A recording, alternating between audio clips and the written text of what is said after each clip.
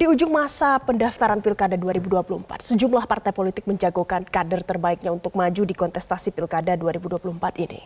Sejumlah nama muncul di Pilkada Jakarta, Jawa Timur, dan Jawa Barat hingga Sumatera Utara. Kita akan bahas selengkapnya bersama pengamat politik Ray Rangkuti yang bergabung langsung bersama kami di studio. Mas Ray, selamat pagi Mas Ray, sehat? Sejauh ini alhamdulillah. Alhamdulillah, pasti selalu sehat ya Mas Ray ya.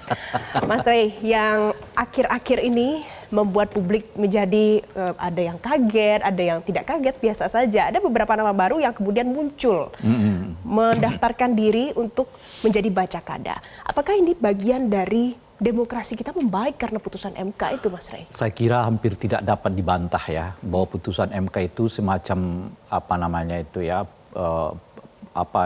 yang menghancurkan banyak persoalan yang membuat bangsa kita ini demokrasinya seperti buntu gitu.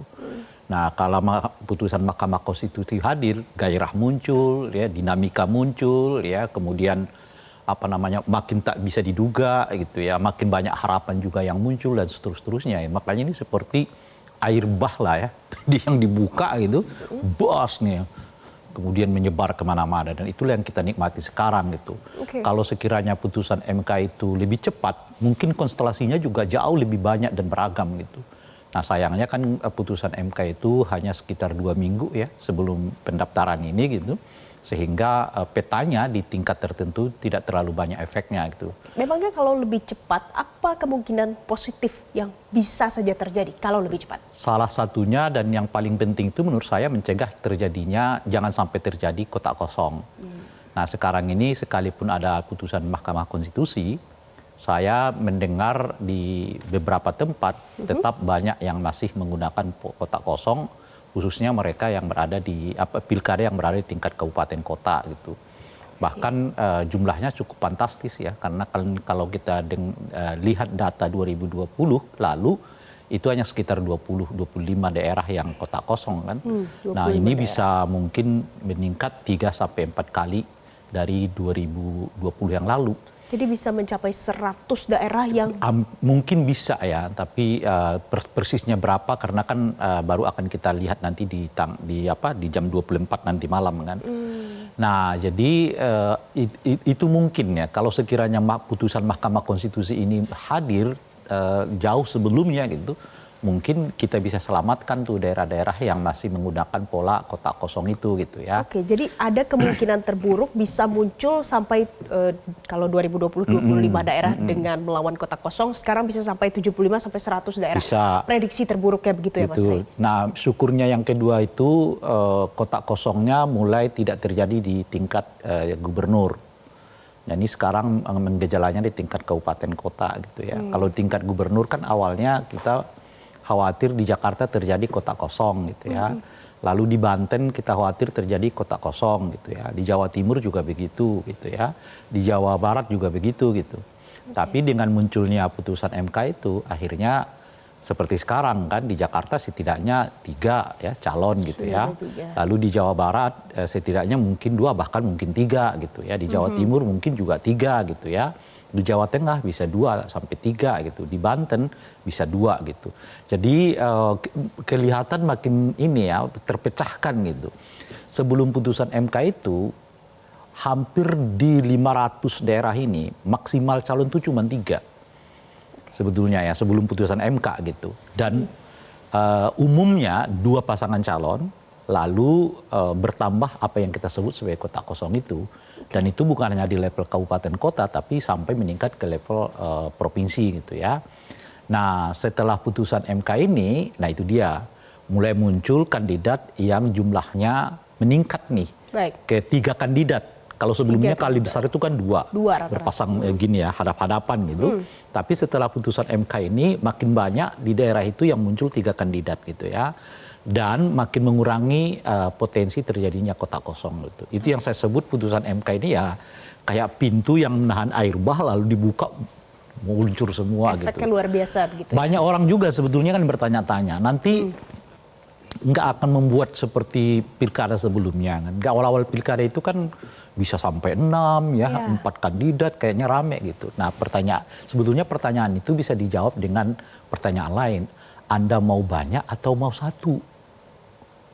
Kalau seandainya satu melawan kota kosong, apa efeknya bagi demokrasi? Orang bagi akan rakyat? mengatakan ngapain lagi sih pakai pilkada-pilkada? Ujung-ujungnya akan kembali seperti yang pernah kita tolak dulu kan di tahun 2014 yang lalu. Ketika di ujung pemerintahannya Pak SBY mengembalikan kembali pemilihan langsung itu ke DPRD. Nah, kalau makin banyak kotak kosong, orang akan berpikir lagi, udahlah pilih aja di DPRD. Ngapain lagi pakai pilkada-pilkada gitu. Dan itu pasti penurunan kualitas demokrasi. Sangat kalau itu jauh. terjadi di Indonesia Dan gitu ya. tidak perlulah kita misalnya melihat secara umum gitu ya. Warga Jakarta lah khususnya mungkin dan banyak tempat yang lain mungkin gitu merasakan kebuntuan itu luar biasa kan.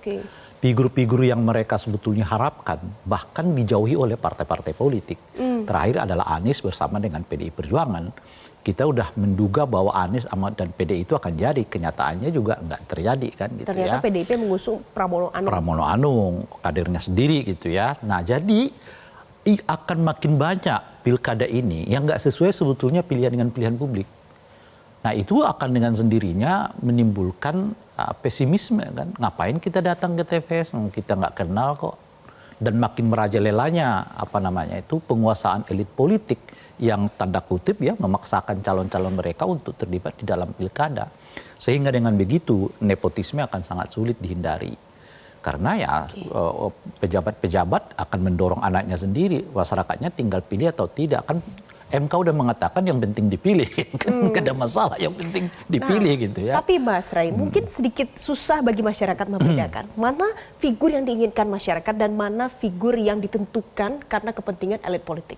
Pada saat ada yang memajukan nama-nama tertentu, misalnya di kasus Jakarta, Pramono Anung dimajukan oleh PDIP. Jadi apakah Mas Pram itu figur yang diinginkan publik atau Mas Pram ini adalah figur yang ditetapkan karena kepentingan partai politik? Ya kalau sebetulnya bukan hanya Mas Pram ya, sebut saja misalnya Banten. Saat itu elektabilitas Airin itu udah hampir sekitar 65% loh, tinggi tuh.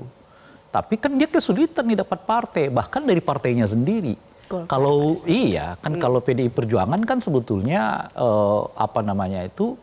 meskipun Pram itu tidak muncul, tapi itu kan kadernya dia gitu loh. Kader PDIP. Kader PDI Perjuangan. Jadi dia punya otoritas yang kuat untuk menentukan siapa yang saya mau calonkan. Kan bisa aja sebagai partai saya nggak akan dukung yang lain, tapi saya ingin dorong sendiri kader saya gitu. Baik. Nah yang unik itu adalah seperti terjadi di Banten itu kan. Di Banten. Sudah sangat tinggi elektabilitasnya, malah ditinggalkan oleh partainya sendiri. Tapi meskipun balik lagi ya kan. Balik lagi kan, karena katanya itu adalah sudah anak kandung. Anak kandung. Iya, daripada dicalonkan oleh oralis, lebih baik saya calonkan sendiri. Baik. Kenapa nggak dari awal kan? Baik. Kalau begitu nanti kita akan lanjutkan Mas Ray. Pembahasan kami pagi hari ini pemirsa masih seputar bagaimana hari terakhir pendaftaran untuk Pilkada 2024. Ini pemirsa nanti usai jeda kami masih akan kembali untuk Anda. Tetaplah bersama kami. Jelajahi cara baru mendapatkan informasi. Download Metro TV Extend sekarang.